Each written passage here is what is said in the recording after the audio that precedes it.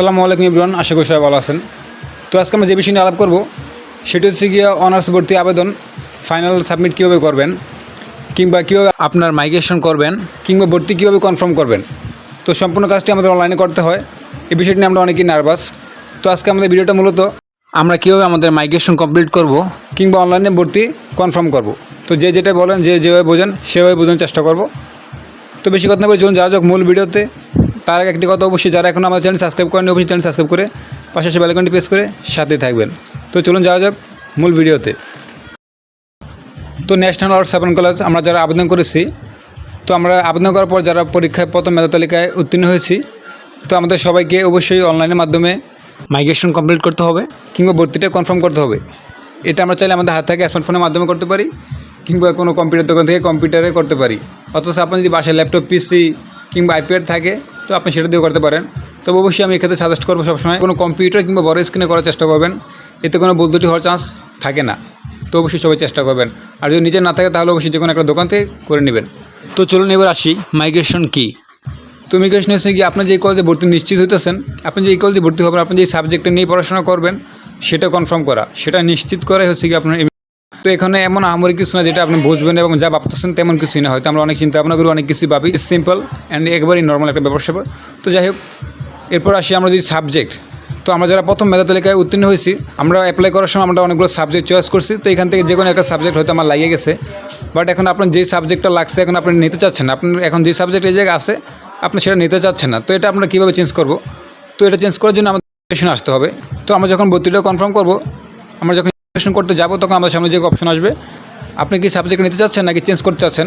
তো এখানে নো আর ইয়েস থাকবে। তো আপনি যেটা চান, যদি চান তাহলে নো দিবেন, আর যদি চেঞ্জ করতে চান তাহলে অবশ্যই ইয়েস দিবেন, তাহলে আপনি চেঞ্জ করতে পারবেন। আর যদি আপনি চান না যে না এটা চেঞ্জ করার প্রয়োজন যা আছে এটাই সই, তাহলে আপনি অবশ্যই ওই জায়গায় নো দিবেন। তো এটা কারা করতে পারবো? তো আমরা সাবজেক্টটা কারা চেঞ্জ করতে পারবো সেটা হচ্ছে কি, আমরা যারা প্রথম মেধা তালিকায় উত্তীর্ণ হয়েছি শুধুমাত্র তারাই সাবজেক্ট চেঞ্জ করতে পারবো, আদার্স পারসন নট অ্যালাউ। তো বেশি কথা না বলে চলুন দেখে আসি আমরা কীভাবে অনলাইনের মাধ্যমে এটা আমাদের ফর্মটা ফিল আপ করবো কিংবা কমপ্লিট করবো। তো বেশি কথা না বলে চলুন যাওয়া যাক কম্পিউটার স্ক্রিনে। আবার বলে রাখি, যারা এখন আমাদের চ্যানেল সাবস্ক্রাইব করেন please hit the subscribe button. তো চলে আসলাম কম্পিউটার স্ক্রিনে। তো আমি আমার গুগল ক্রোম ব্রাউজারটা ওপেন করে নিলাম। তো এখন আমরা সার্চ করবো nu.admission, জাস্ট nu.admission লিখলো চলবে।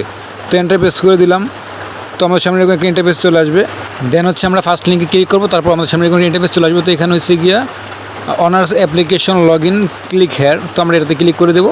তো এটাতে ক্লিক করার পর আমাদের সামনে এরকম একটা ইন্টারফেস চলে আসবে। এখানে লেখা আছে অ্যাডমিশন আর পিন নাম্বার।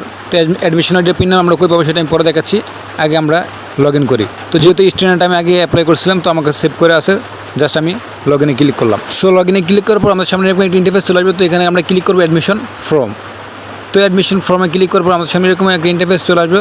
তো এটা আমাদের ফিল আপ করতে হবে। মূলত এটাই হচ্ছে আমাদের অ্যাডমিশন ফর্ম কিংবা ভর্তি কনফার্ম ফর্ম। দেন হচ্ছে ইমিগ্রেশন, তো আমরা অনেকটা বলে থাকি। তো এই ফর্মটা আমাদের মূলত ফিল আপ করতে হবে। তো এখানে লেখা আছে guardian name, guardian phone number, reason, এরপর আপনার হচ্ছে ফাদার্স মানি বছরে। তো এখানে অনেক কিছু বলছেন যে মান্থলি, এটা মান্থলি না বছরে কয় টাকা ইনকাম করে সেটা। এর নিচে আছে প্রেজেন্ট অ্যান্ড পার্মানেন্ট অ্যাড্রেস। তো আমি দেখা দিচ্ছি আমরা কীভাবে প্রেজেন্ট অ্যান্ড পার্মানেন্ট অ্যাড্রেসটা বসাবো।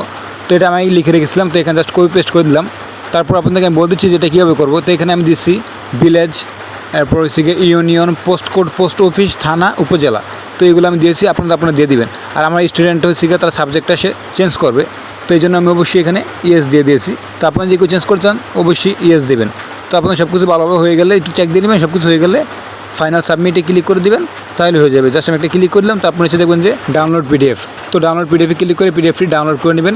পরবর্তীতে আপনি এটা প্রিন্ট আউট করে নেবেন। তো আপনি যখন কলেজ যাবেন তার আগে বলে রাখছি লাস্ট ডেট হচ্ছে 15 তারিখ পর্যন্ত। তো সব আগে করার চেষ্টা করবেন, কারণ অনেক সময় সার্ভার ত্রুটি থাকতে পারে। তো এটা প্রিন্ট আউট করে নেবেন। দেন হচ্ছে আপনি আপনার কলেজে গিয়ে এটা সহ আপনার টাকা জমা দিয়ে আসবেন।